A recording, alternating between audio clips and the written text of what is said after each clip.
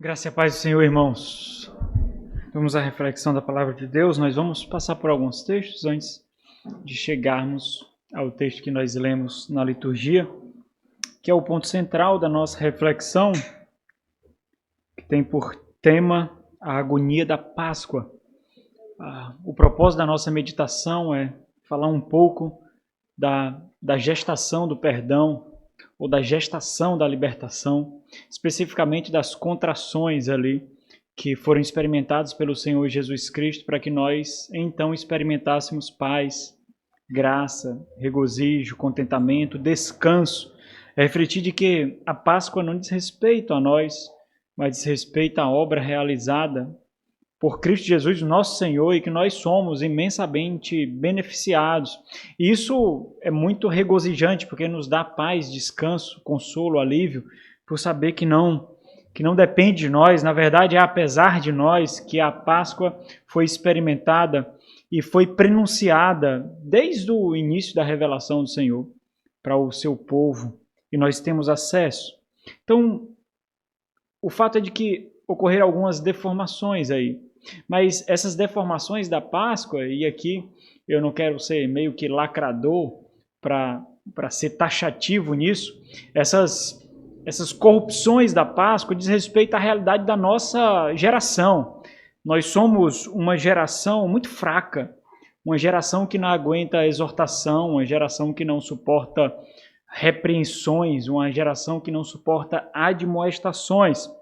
E essa fraqueza que eu me refiro aqui, eu não falo da fraqueza que a Bíblia, especialmente o Novo Testamento, enaltece, na verdade toda a Sagrada Escritura enaltece, que é aquela fraqueza que nos leva à dependência do Senhor, que é aquela fraqueza que nos coloca aos pés de Deus, aos pés da cruz, em contemplação a nossa deficiência, a nossa indignidade diante dele, mas é uma fraqueza que diz respeito à carência de vigor mesmo.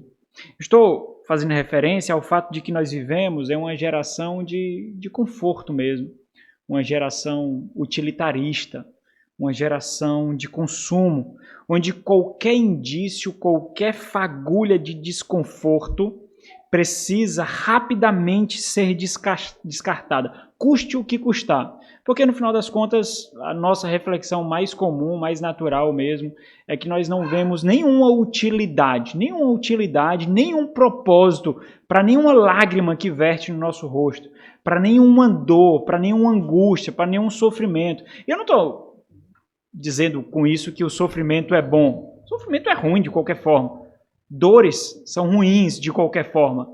Mas se nós observarmos o propósito que Deus coloca em todas as coisas, o sofrimento pode nos fazer bem.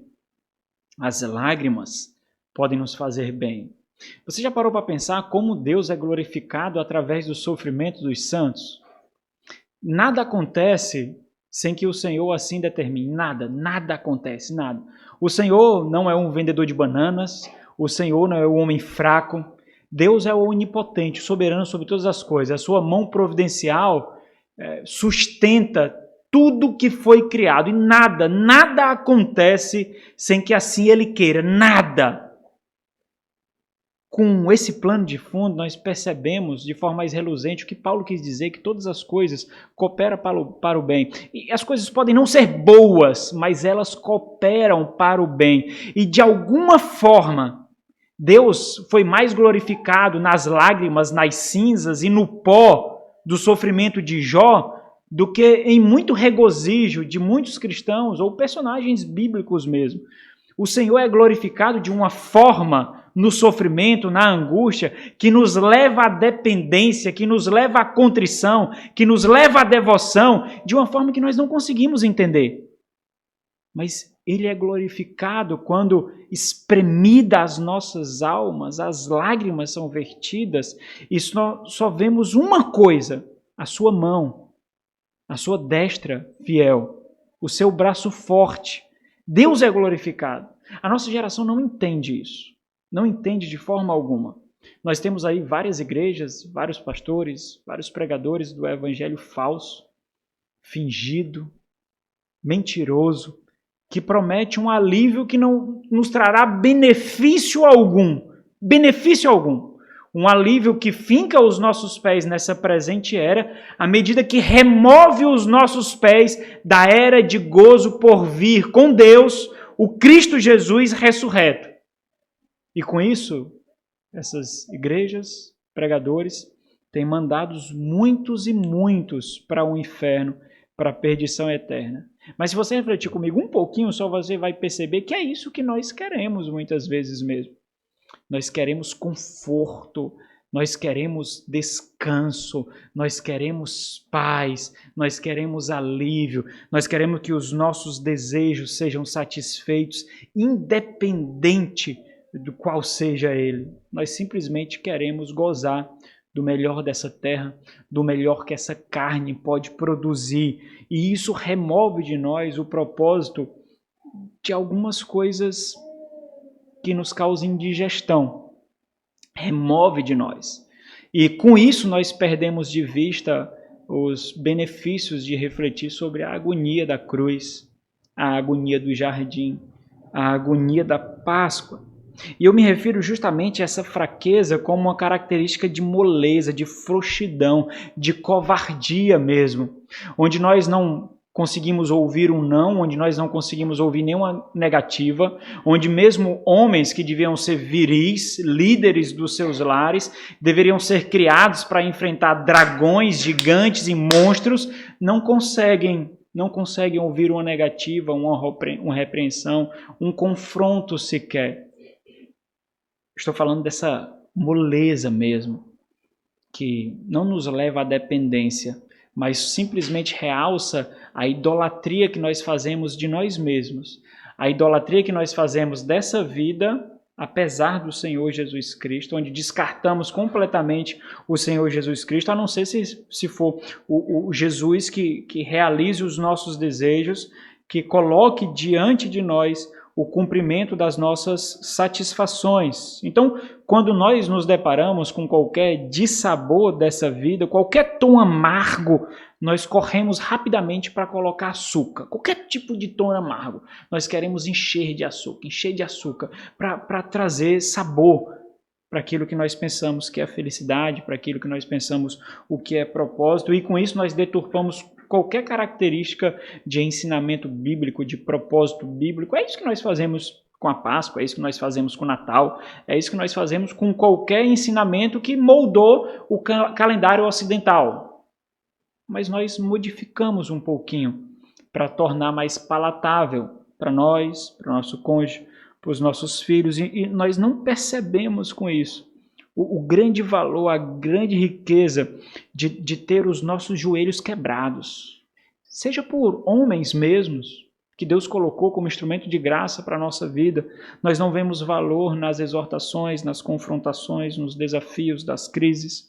Nós não vemos valores nas mudanças, porque uma coisa que a mudança faz é remover o chão dos nossos pés. E isso nos causa imenso desconforto, porque quando nós temos toda a nossa vida delineada, traçada, nós temos aquele senso de soberania. Nós sabemos tudo o que vai acontecer, nós temos todo o plano. E eu não sei se você percebeu, mas uma coisa que Deus faz é bagunçar a nossa agenda. Deus bagunça a nossa agenda, bagunça os nossos propósitos, bagunça os nossos planos. E um dos recursos maravilhosos que Ele usa para isso é a igreja. A igreja bagunça completamente o nosso senso de prioridade. Nós percebemos que aquilo que nós tínhamos elevado como prioridade, na verdade, está realçando idolatrias no nosso coração que antes nós sequer percebíamos. Na verdade, está mostrando que aquilo que nós exaltamos como o teor da nossa vida, da nossa existência, é muito perecível, é muito frágil. O ladrão pode roubar, a traça e a ferrugem pode corroer. E nós percebemos que às vezes aquilo que nós temos como descrição de felicidade, de propósito, para responder aquelas questões existenciais da vida, podem ser tomadas de nós. E aí nós vemos que são fúteis. Porque o propósito para o qual o Senhor nos criou, e se nós prestarmos atenção nas exortações das Sagradas Escrituras, ele não pode ser removido de nós. Nós vemos a beleza dessas interações sendo descritas pelos salmistas, por exemplo. onde eles veem o chão sendo removido debaixo dos seus pés, toda a sua estrutura de conforto, de consolo, de contentamento, e no final das contas eles são lembrados mais uma vez de que tudo que eles têm é o Senhor. E isso ninguém e nada pode retirar deles. Mas quando nós lançamos mão aí, jogamos fora a bênção dessas exortações, dessas angústias que aperta o nosso ser e nos faz correr para o aprisco de Cristo, para a proteção dos lobos, dos leões, dos ursos. Quando nós nos eximimos dessa experiência, nós não sabemos qual é o valor do pastor, nós não sabemos qual é o valor do aprisco, nós não sabemos qual é o valor do rebanho, nós não sabemos o que, pelo menos somente aquilo que cabe a nós, o valor de refletir sobre a angústia da cruz, sobre os gemidos de Cristo, sobre a dor do Deus homem que foi espremido pelo Deus Pai para que nós experimentássemos perdão e libertação. Isso simplesmente é removido de nós.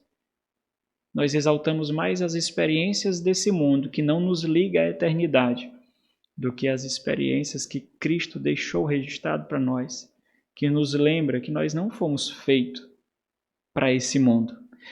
Independente daqueles que vão morar com o Senhor no novo céu e nova terra e aqueles que vão para o lago de fogo e enxofre, independente disso, o fato é, existe um mundo diferente desse aguardando por todos nós. Todos nós.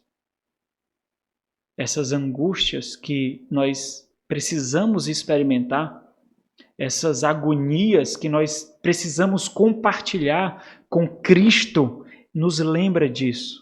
Aqui ainda não é o fim, mas nós corremos para longe disso.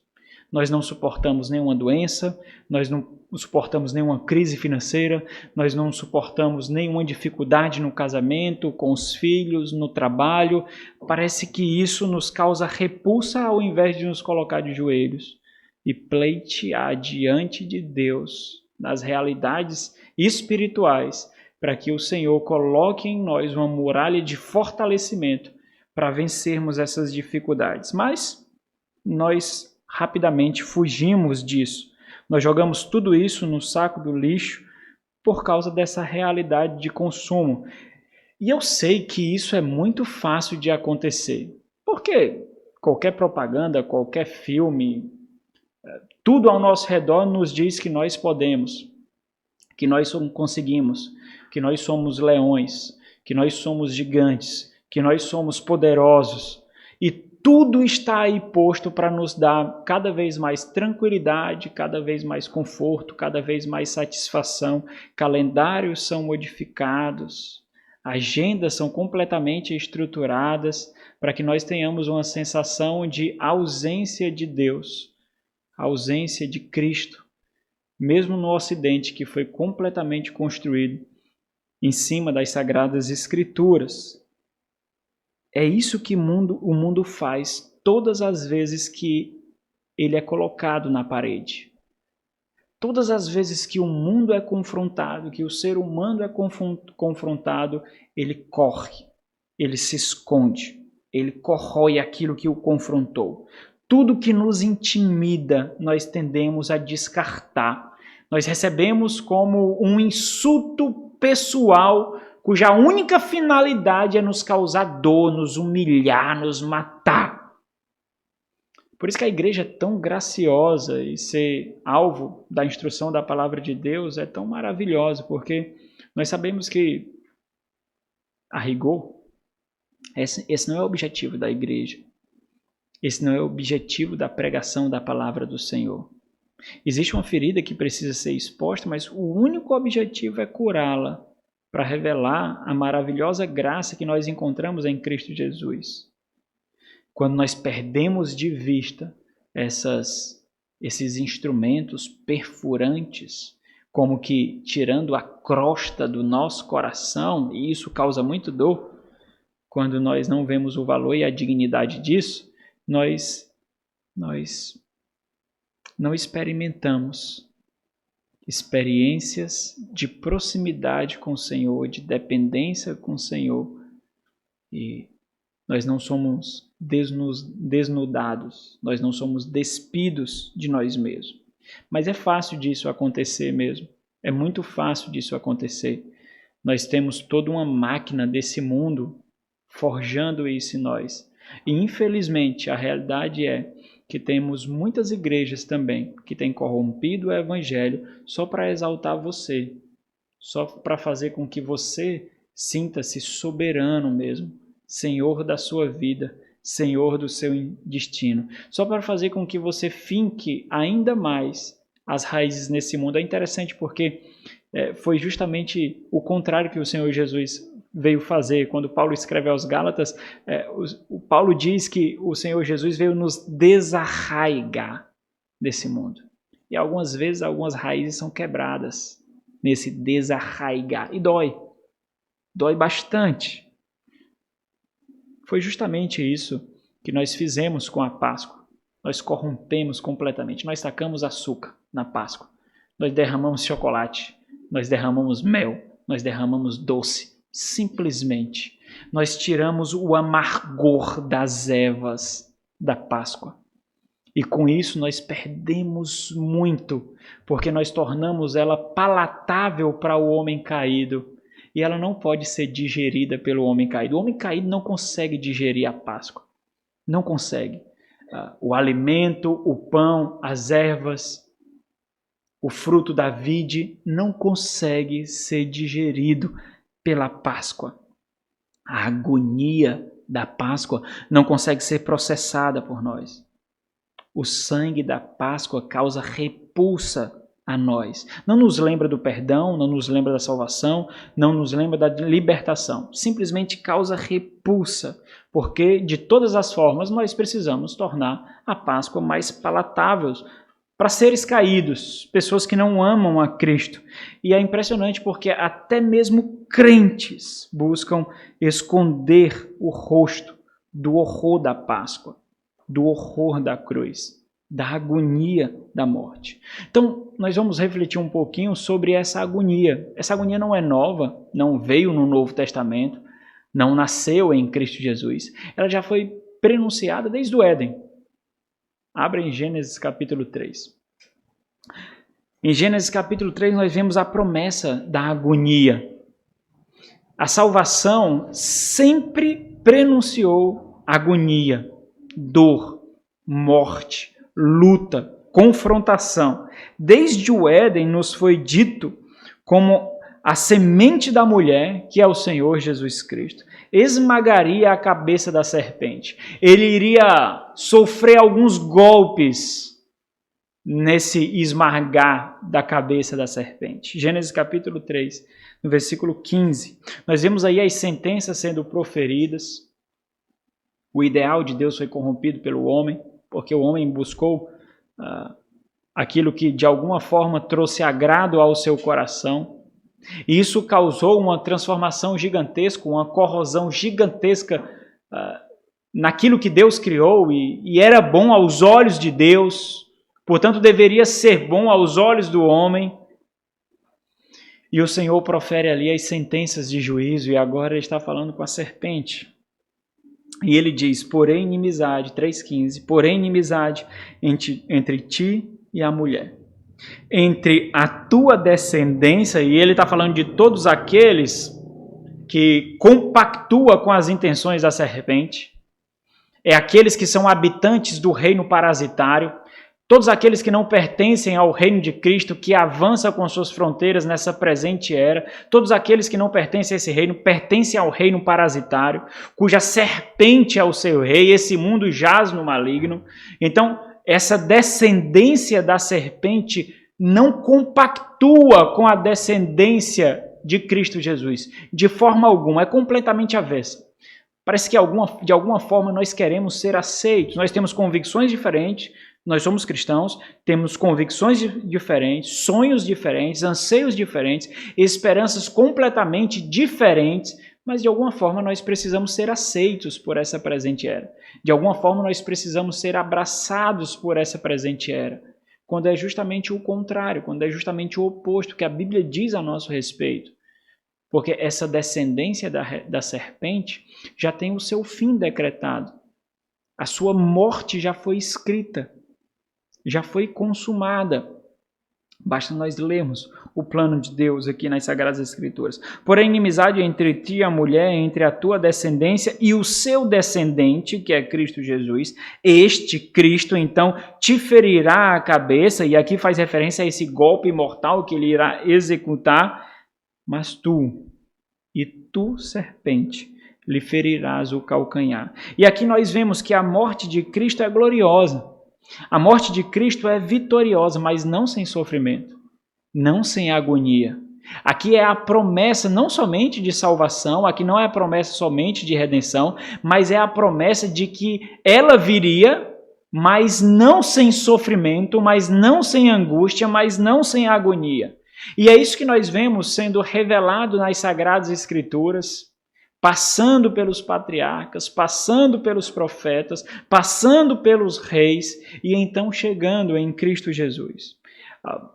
A Páscoa, como foi instituída, nós vemos na libertação do povo de Deus do Egito. Abra em Êxodo capítulo 12. Êxodo capítulo 12, ou então toda essa cerimônia de libertação, toda a dramatização de libertação é apenas uma sombra da verdadeira agonia.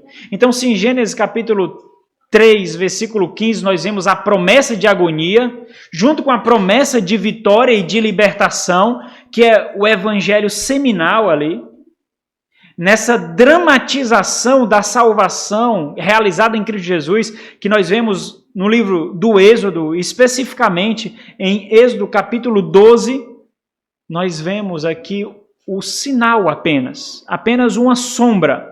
Nós chamamos do tipo daquilo que haveria de vir para o pleno estabelecimento da libertação que nós encontramos em Cristo Jesus. O povo de Israel está cerca de 430 anos no Egito. Aquilo que começou como uma conquista, aquilo que começou como uma habitação de honra em José, se tornou em escravidão, se tornou sofrimento. Volta um pouquinho, rapidinho, Êxodo 2. Êxodo 2. Olha, a partir do versículo 22, a opressão e o sofrimento do povo de Deus aumentava e aumentava cada vez mais. E Deus ouviu os gemidos do povo. E Deus ouviu os gemidos do povo como lembrete da aliança que Deus havia feito com o povo. Olha o versículo 22, capítulo 2, versículo 22, diz assim: a qual deu à luz um filho, a quem ele chamou Gersom, porque disse: sou peregrino em terra estranha. Decorridos muitos dias morreu o rei do Egito, os filhos de Israel gemiam sob a servidão e por causa dela clamaram, e o seu clamor subiu ao Deus. Versículo 24. Ouviu Deus o seu gemido, lembrou-se da sua aliança com Abraão, com Isaque e com Jacó, e viu Deus os filhos de Israel e atentou para a sua condição. E todo o cenário e drama da libertação do povo de Deus, em todo esse cenário, Deus expõe algumas realidades. Deus expõe a fragilidade dos deuses pagãos, são deuses que nós criamos para trazer satisfação a nós, para trazer consolo a nós, são aqueles recursos de estabilidade que nós criamos, até Deus confrontá-los, até Deus derribá-los. A idolatria, qualquer tipo de idolatria, no final das contas, diz respeito à idolatria do ego.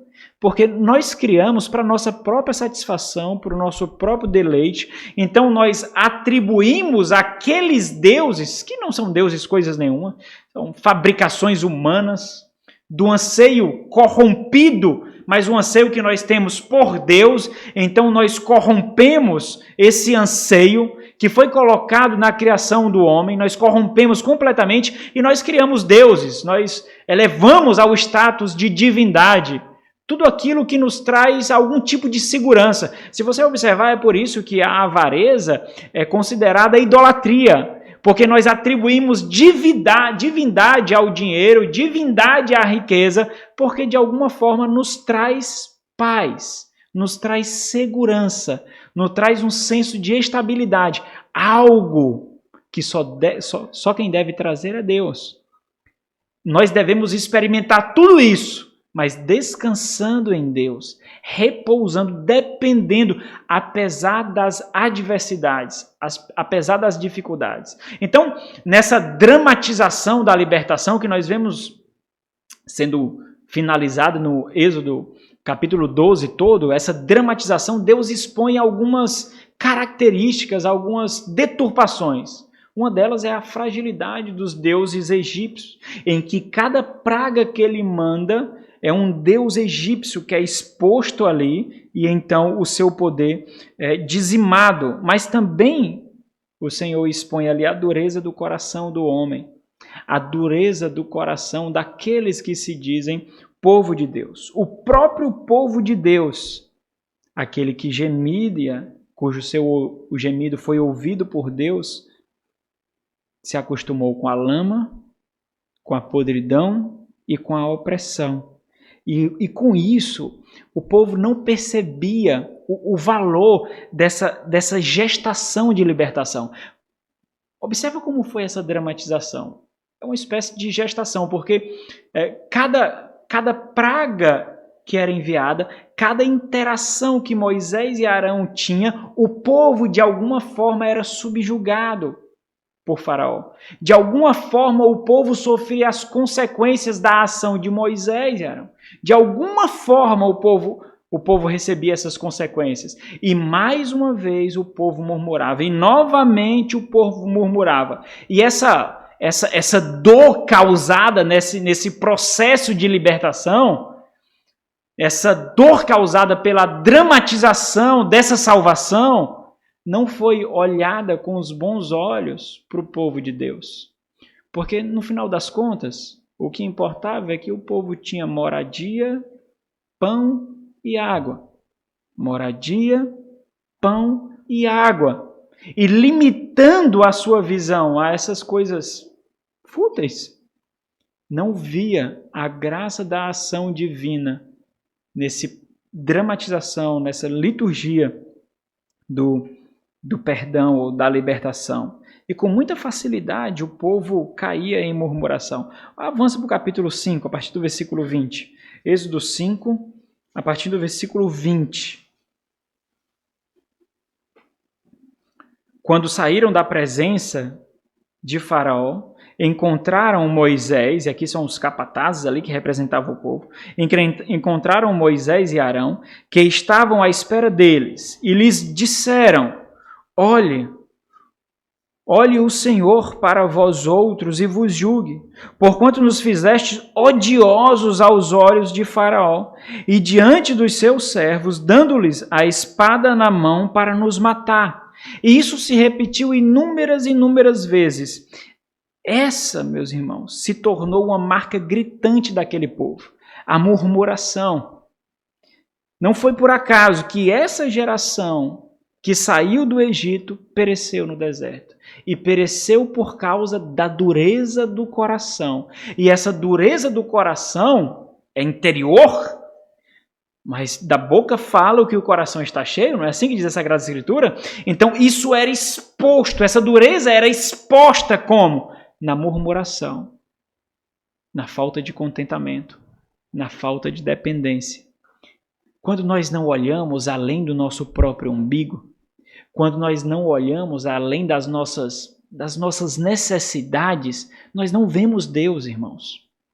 E se tem algo que nos causa miopia para Deus, é exaltar as nossas próprias necessidades e não ver propósito nos sofrimentos, nas dores e nas angústias que nós experimentamos nessa vida. Porque no final das contas, tudo diz respeito a nós mesmos. É o nosso bem-estar, é o nosso contentamento, é a nossa satisfação.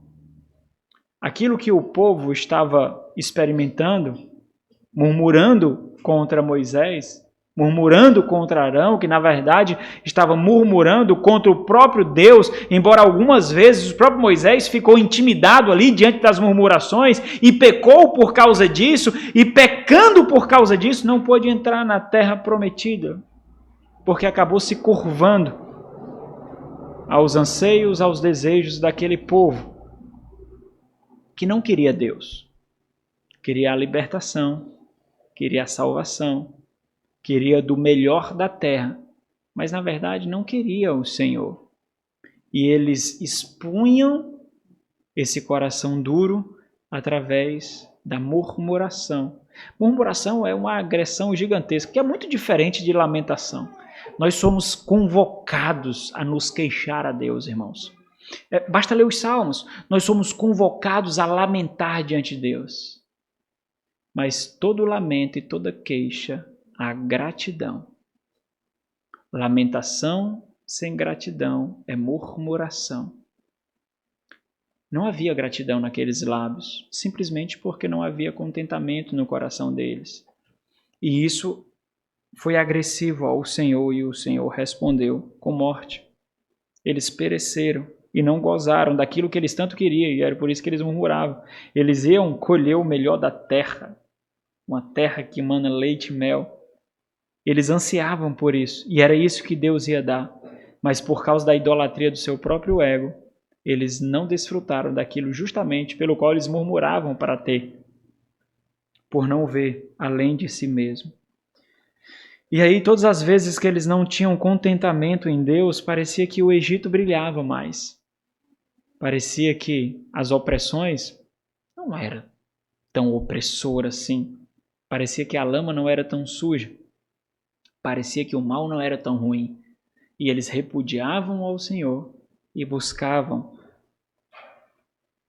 o povo déspota, tirano, porque eles não viam o valor, o brilho da libertação do Senhor.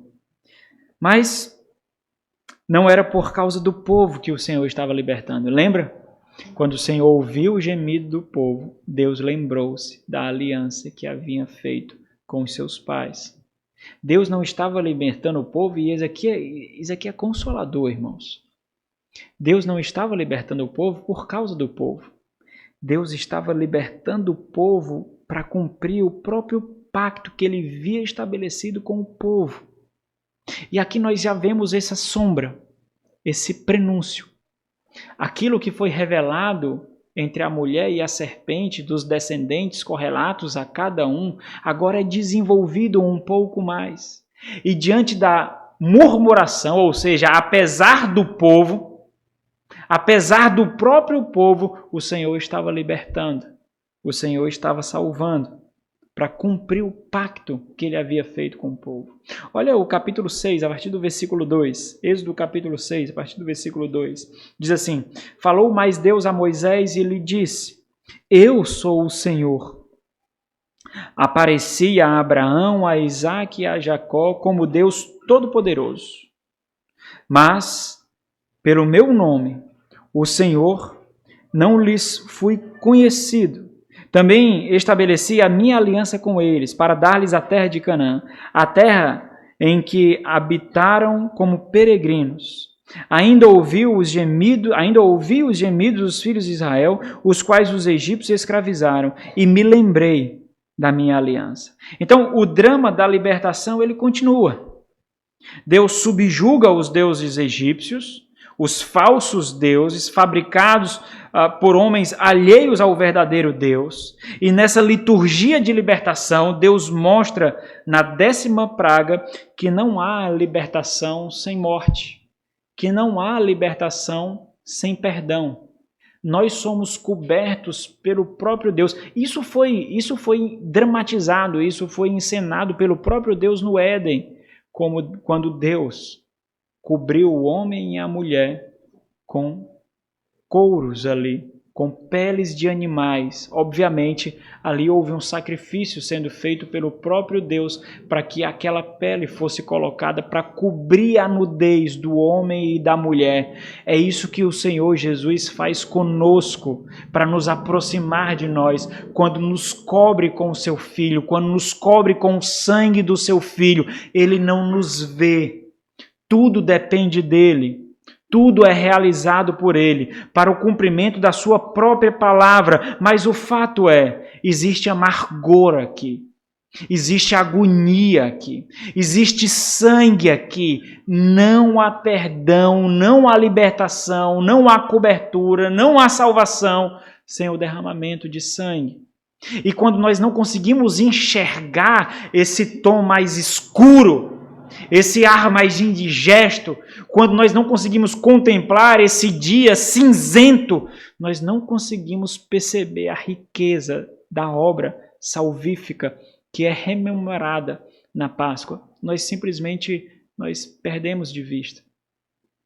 Nós sucumbimos à insensibilidade.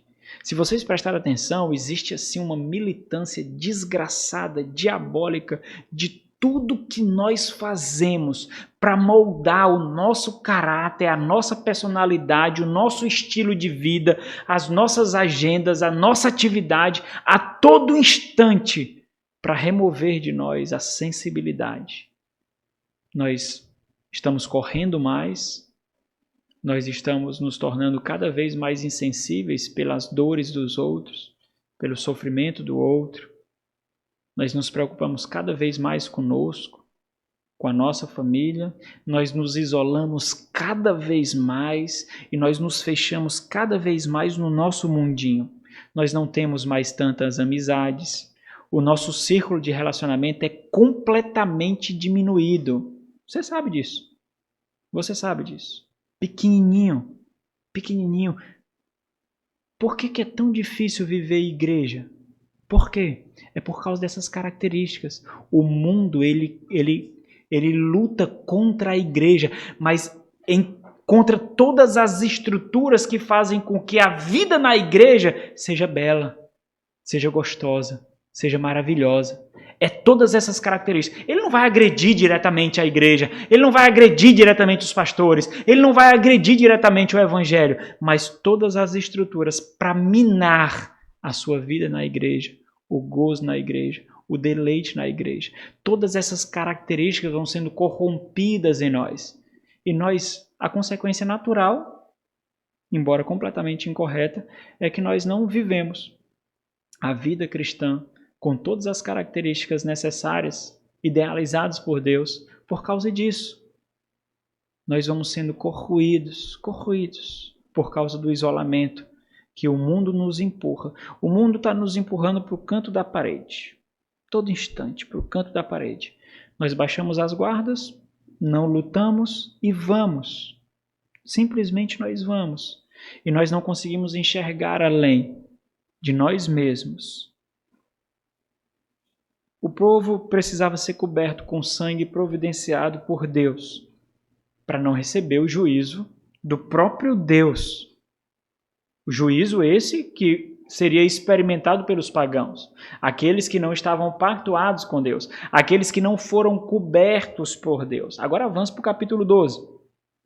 No capítulo 12, a partir do versículo 5, nós vamos ler a sequência aqui, ó. Capítulo 12, a partir do versículo 5, diz assim: o cordeiro será sem defeitos, macho de 1 ano. Podereis tomar um cordeiro ou um cabrito, e o guardareis até o 14º dia deste mês, e todo o ajuntamento da congregação de Israel o imolará no crepúsculo da tarde. Tomarão do sangue e o porão em ambas as ombreiras e na verga da porta. Nas casas em que o comerem, naquela noite comerão a carne assada no fogo, como pães asmos e ervas amargas a comerão. Versículo 11. Desta maneira o comereis, lombo cingido, sandália nos pés e cajado na mão. Comê-los-ei à pressa. É a Páscoa do Senhor.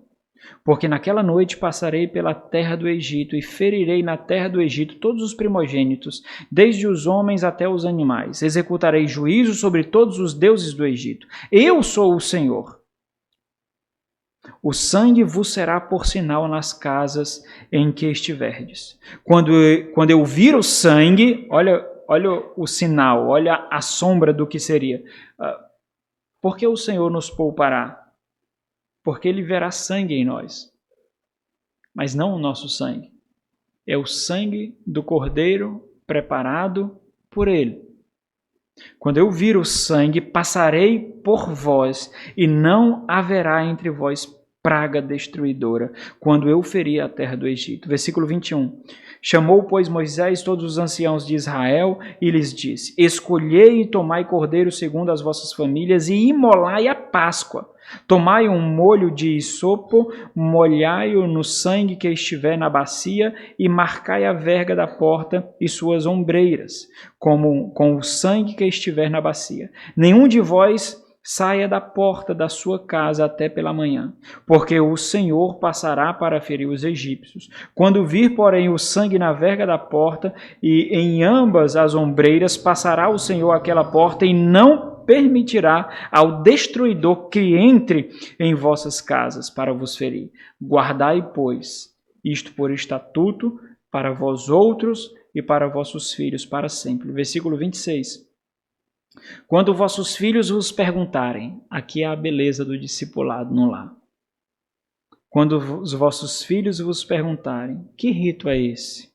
Respondereis: é o sacrifício da Páscoa ao Senhor, que passou por cima das casas dos filhos de Israel no Egito, quando feriu os egípcios e livrou as nossas casas. Então o povo se inclinou e adorou.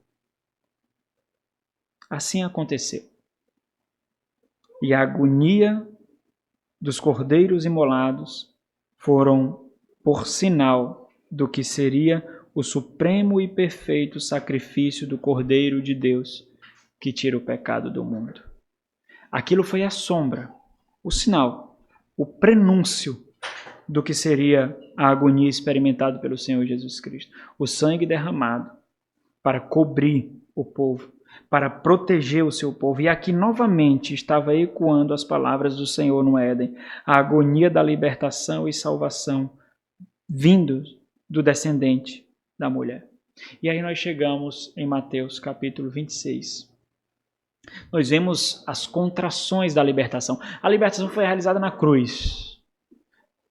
No jardim, na agonia do jardim, nós vemos as contrações dessa libertação. As contrações da libertação na agonia de Cristo. Mateus 26, a partir do versículo 36. O Cordeiro providenciado por Deus, ele nasce milagrosamente. Milagrosamente. É interessante porque João ele registra o primeiro milagre do Senhor Jesus Cristo. Esse primeiro milagre, que foi realizado numa festa de casamento, ele marca o início da missão do Senhor Jesus Cristo. João registra a reflexão e o peso do que seria realizado pelo Senhor Jesus Cristo. Quando Jesus ele vai para uma festa de casamento e ali então falta o vinho, a sua mãe o interpela, solicitando para que ele providencie milagrosamente o vinho que acabar. Então, João capítulo 2, no versículo 4, Jesus parece ser grosso ali, né? Jesus parece ser rude ali. Jesus disse: mulher, que tenho eu contigo? Ainda não é chegada a minha hora. Essa expressão, minha hora, no Evangelho de João, diz respeito à crucificação. Por que o Senhor Jesus respondeu assim à sua mãe? Não foi rudeza, não foi maldade, não foi grosseria, mas é que naquele milagre, naquele momento, o Senhor estava antevendo toda a agonia que ele experimentaria em sua obra redentiva. Toda ela, toda. E aquele peso veio sobre ele naquele instante, no início do seu ministério, na execução do primeiro milagre. Ali foi a antecipação do peso da obra da crucificação. O próprio Cordeiro estabelece o cumprimento, então, do significado da Páscoa, da qual a cerimônia da libertação do Egito foi apenas um sinal. Então, o Senhor Jesus Cristo, estabelecendo o pleno significado da Páscoa experimentada no Egito, ele mesmo dramatiza a sua crucificação, o seu sacrifício, estabelecendo ali um lembrete de esperança e dependência. Olha Mateus 26. Enquanto comiam, tomou Jesus um pão e, abençoando-o, partiu e o deu aos seus discípulos, dizendo: tomai, comei, isto é o meu corpo. A seguir tomou um cálice e, tendo dado graças, o deu aos discípulos, dizendo: bebei dele todos, porque isto é o meu sangue, o sangue da nova aliança derramado em favor de muitos, para a remissão de pecados. E digo-vos que desta hora em diante não beberei deste fruto da videira, até aquele dia em que o hei de beber novo convosco no reino de meu Pai. E tendo cantado o hino, saíram para o Monte das Oliveiras. Então, no enredo do Evangelho, nós somos lembrados da experiência agridoce da vida cristã desse lado da eternidade. Nós vemos que a salvação, a paz, a esperança e o contentamento foi conquistada por Cristo Jesus na agonia do peso dos nossos pecados sobre ele. De um jantar da Páscoa, na ceia do Senhor, nós somos levados ao jardim da agonia de Cristo, como uma antecipação do peso que ele mesmo experimentaria daqui a pouco, na cruz. Na perfeita vida e obra do Senhor Jesus Cristo, nós vemos essa gestação de perdão e libertação, e no jardim nós vemos essas contrações da agonia da libertação. É interessante como Marcos, como Mateus, ele realça a nossa fragilidade e a nossa dependência da força e da determinação do Deus homem. Olha o versículo 36 aí, vamos ler e eu vou comentando aqui alguns pontos. Em seguida foi Jesus com eles a um lugar chamado Getsêmani e disse a seus discípulos: assentai-vos aqui, enquanto eu vou ali orar. E levando consigo Pedro e aos 2 filhos de Zebedeu, que é Tiago e João, Marcos registra assim, começou a entristecer-se e a angustiar-se. Aqui nós vemos a luta, a dor, o sofrimento, a agonia, o compadecimento que o Senhor Jesus Cristo estava experimentando. Então lhes disse: a minha alma está profundamente triste até a morte. Olha o interessante que o Senhor Jesus está fazendo. Ele está convocando os discípulos que foram com ele, Pedro, Tiago e João, para pleitear com ele, para guerrear por ele. Uma guerra que é espiritual, não é visível. Uma guerra que é tremendamente espiritual, e o Senhor Jesus compartilha com ele essa luta que ele iria travar. Mas, como é característico nosso, nós não lutamos e caímos. Nós vacilamos. A minha alma está profundamente triste até a morte. Então ele convoca: ficai aqui e vigiai comigo. O Senhor está comissionando eles para a batalha. Versículo 39. Adiantando-se um pouco, prostrou-se sobre o seu rosto, orando e dizendo. E aqui, meus irmãos, o conjunto de toda a descrição aqui do peso da obra e angústia do Senhor Jesus Cristo, é interessante como Lucas, um médico, ele descreve essa experiência do Senhor Jesus sendo externalizada, e Lucas registra que do seu suor vertia, do seu corpo vertia suor como sangue, mostrando o peso do que estava sobre ele. É o peso do nosso perdão, e aí essa experiência agridoce que eu fiz referência. Por que nós desfrutamos paz? Por que nós desfrutamos contentamento? Porque a obra não foi realizada por nós. A obra do Senhor Jesus Cristo de perdão e libertação não foi realizada por nós, mas Ele pagou, Ele sofreu, Ele se angustiou, Ele lutou, apesar das nossas falhas, apesar dos nossos vacilos. Olha o que ele diz, ele diz, meu Pai, se possível, passe, tira, afasta de mim este cálice. E ele está fazendo referência justamente ao cálice da ira de Deus, que deveria ser derramado sobre nós, mas que ele bebeu em nosso lugar.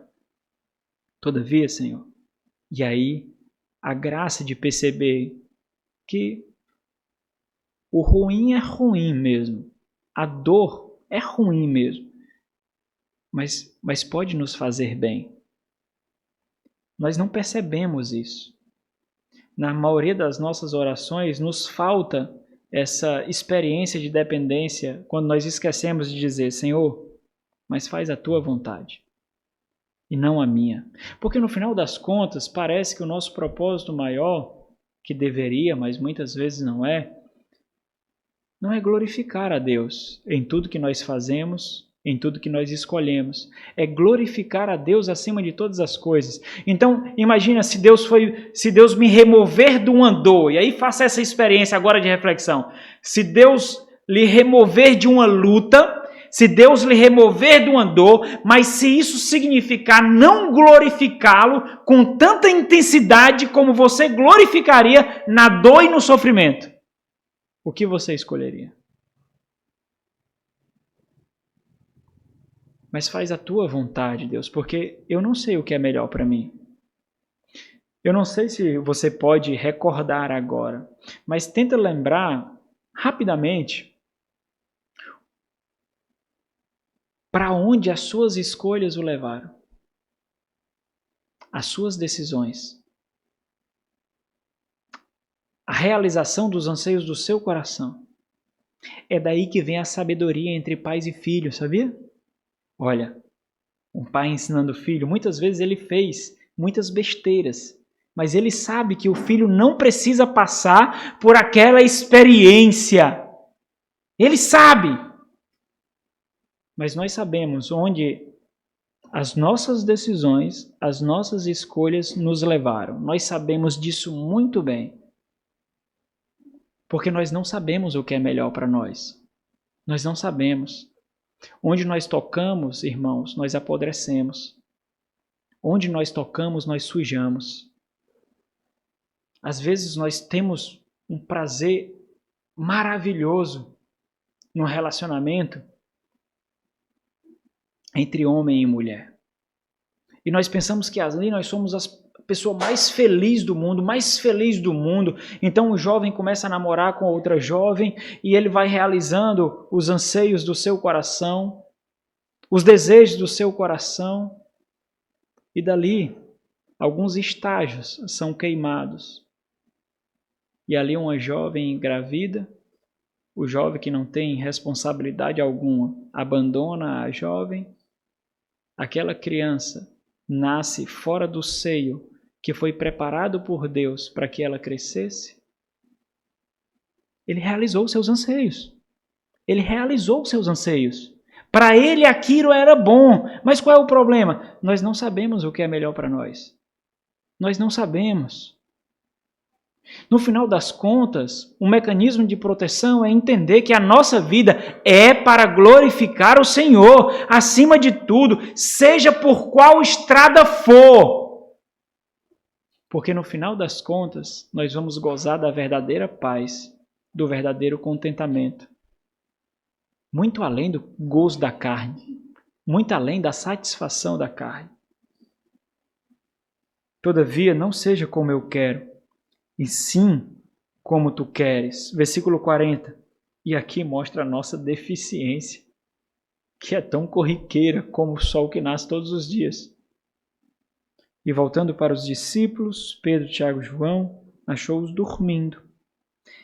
E disse a Pedro, aquele que o Senhor chamou para guerrear. É interessante porque o que é marcante aqui é que Pedro, um pouquinho antes aqui, foi extremamente audacioso, não foi? Nunca te negarei, Senhor. Nunca te deixarei. Eu vou dormir, mas te negar não. Né?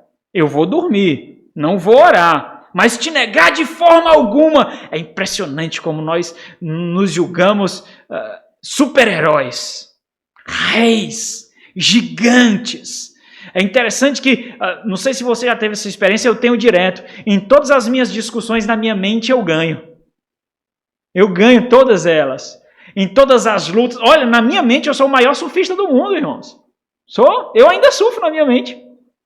Na minha mente eu sou demais. Na minha mente eu sou tudo. Até o Senhor quebrar as minhas pernas. E entender e me fazer entender que uma experiência que eu preciso desfrutar todos os dias é suspeitar de mim mesmo. Eu preciso suspeitar de mim mesmo. Mais do que eu acho que eu devo. E disse Pedro, então, nenhuma hora pudestes vigiar comigo?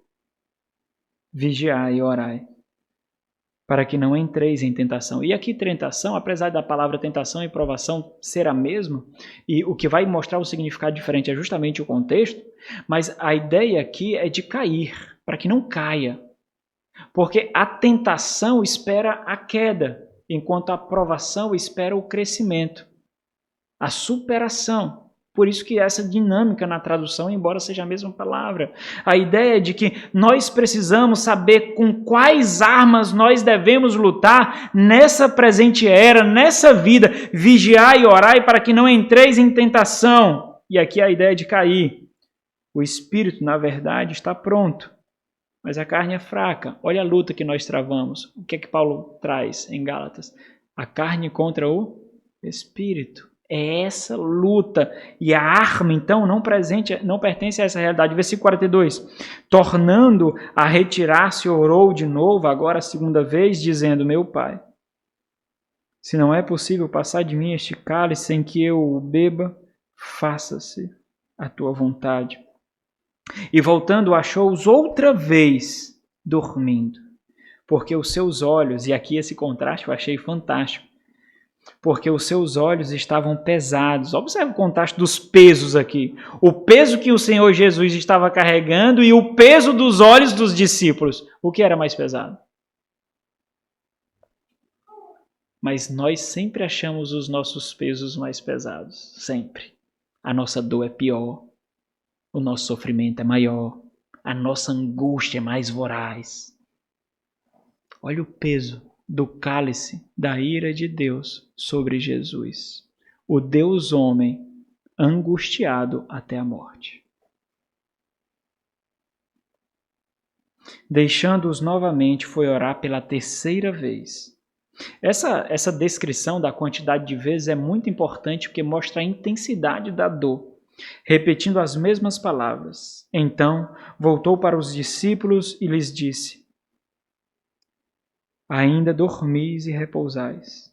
Eis que é chegada a hora, e o Filho do Homem está sendo entregue nas mãos de pecadores.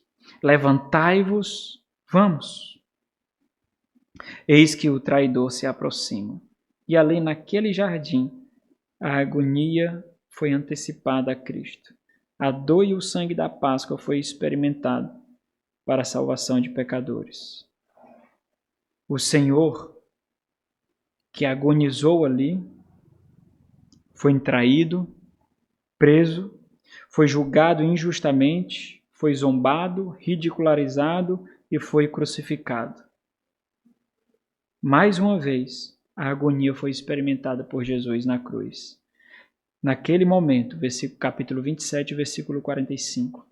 Naquele momento de agonia do Filho, Deus então faz a terra enlutar. Capítulo 27, versículo 45. Desde a hora sexta, que é ao meio-dia, até a hora nona, que é às 15 horas da tarde, houve trevas sobre toda a terra. Deus pôs a terra em luto por causa da obra de sacrifício do seu Filho. Versículo 46. Por volta da hora 9, clamou Jesus em alta voz, dizendo: Eli, Eli, lama sabachthani. O que quer dizer: Deus meu, por que me desamparaste?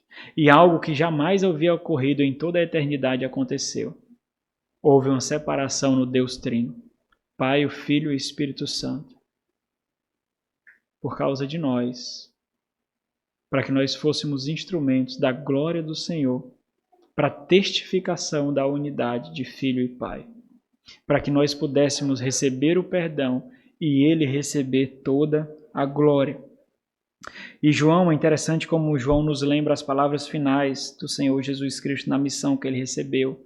João 19:30 diz assim: Quando, pois, Jesus tomou o vinagre, disse: Está consumado. E inclinando a cabeça, rendeu o Espírito. Então, para a gente concluir aqui, irmãos, é óbvio que a obra de Cristo não terminou em sua morte. Ali é sexta-feira. O domingo viria. O domingo estava logo ali. E com o domingo a ressurreição do Cordeiro imolado. E com isso a esperança, não a agonia, a esperança, a vida, a graça do perdão e da libertação da morte. Cristo vive. Mas o fato é que a Páscoa nos lembra essas duas realidades, o amargo e o doce da obra do Senhor Jesus Cristo. E é justamente isso que nós experimentamos aqui. No mesmo dia que nós experimentamos o nascimento, nós experimentamos a morte de alguém. No mesmo dia que nós nos regozijamos porque alguém foi curado, nós também pedimos orações porque alguém está doente. Nós experimentamos isso aqui. Em tudo, Cristo deve ser exaltado. Nós temos essa experiência. Se nós somos somente um pouquinho intencionais, nós vamos colher os frutos dessa experiência. Essa é a experiência agridoce. Essa é a experiência do amargo e do doce que nós vemos na crucificação, na obra do Senhor, da Páscoa do Senhor.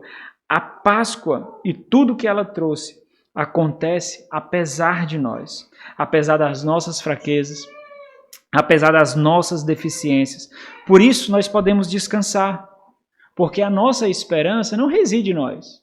Não depende da sua dignidade, não depende da sua honra, não depende do seu conhecimento teológico, não depende do seu conhecimento bíblico, não depende de quantas vezes você ora, lê a Bíblia por dia, não depende de quantas vezes você deixa de pecar, é apesar de você. Quando você está dormindo, o Senhor está lutando. Não foi isso que aconteceu? É assim que acontece. Quando nós fraquejamos, o Senhor ainda continua de pé, lutando as nossas batalhas.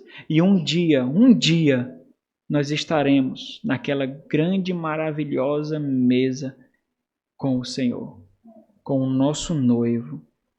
João viu isso e João registrou isso para nossa esperança, para o nosso deleite. João registrou esse Apocalipse 19, no versículo 7, diz: alegremo-nos. Apocalipse 19, 7, alegremo-nos, exultemos e demo-lhes a glória, porque são chegadas as bodas do Cordeiro, cuja esposa a si mesmo já se ataviou. A esposa aqui, entenda, ele não está falando de você não, ele está falando da igreja. Ele vem buscar a noiva, porque aquele que ama o noivo, ama a noiva. Aquele que se alegra com o noivo, se alegra com a noiva. Ele formou para si um povo sujo, muito sujo, mas que está sendo banhado com o seu sangue e se tornará mais alvo do que a neve. Mais alvo do que a neve. É isso que nós celebramos aqui, todos os meses. Nós protegemos a mesa. Não são todos que podem se achegar na mesa, nós protegemos a mesa do Cordeiro. É a mesa que exibe a refeição pactual. Quem deve celebrar a refeição pactual? Aqueles que estão em paz com o noivo e aqueles que estão em paz com a noiva. Aqueles cuja igreja impôs as mãos reconhecendo como participantes da nova aliança no batismo. Esses vêm à frente, esses são convidados a vir à mesa do Senhor. não é um rito qualquer, é um rito da nova aliança. Não é apenas uma memória, é uma experiência espiritual, cuja graça de Deus compactua conosco nessa celebração, onde nós discernimos, não por causa de nós, mas por causa do seu Santo Espírito, o que o pão simboliza é o corpo moído. O que o cálice simboliza é o sangue vertido. Nós entendemos isso. Não é o ato em si, mas é o Espírito que comunica conosco o que representa esperança, dependência e comunhão. Esperança, dependência e comunhão. E Deus graciosamente nos colocou uma mesa para que nós pudéssemos lembrar que não é possível experimentar isso com Ele sem que nós experimentemos uns com os outros. Depender de Deus significa depender do outro, depender do próximo. Foi por isso que Ele não deu para você todos os dons. Ele distribuiu na igreja. Porque para a sua edificação você precisa da pessoa que está do seu lado. Você precisa. Sem ela você morre. Sem ela você enfraquece. Sem ela você fica desnutrido. Sem ela você simplesmente perece. Vamos orar. Nosso Senhor, graças te damos, ó Pai, porque apesar de nós, o Senhor faz a tua maravilhosa obra de redenção em nossas vidas, preservando-nos, ó Deus, mesmo nas escolhas erradas, mesmo nos vacilos, mesmo em momentos de obstinação. O Senhor quebra os nossos pés, nos dobra diante do Senhor e nos mostra que a vida para o qual o Senhor nos chamou é uma vida de dependência, esperança e devoção. Muito obrigado, Deus, por poder lembrar com os meus irmãos, mais uma vez, essa obra maravilhosa, o doce e o amargo da obra de Cristo Jesus. Nossa tendência, meu Deus, é com tanta facilidade desprezarmos o amargor dessa vida. Ajuda-nos a discernir muito além de nós mesmos a graça na obra maravilhosa do Senhor que nos leva à dependência e contrição em Cristo Jesus, meu Deus. Amém.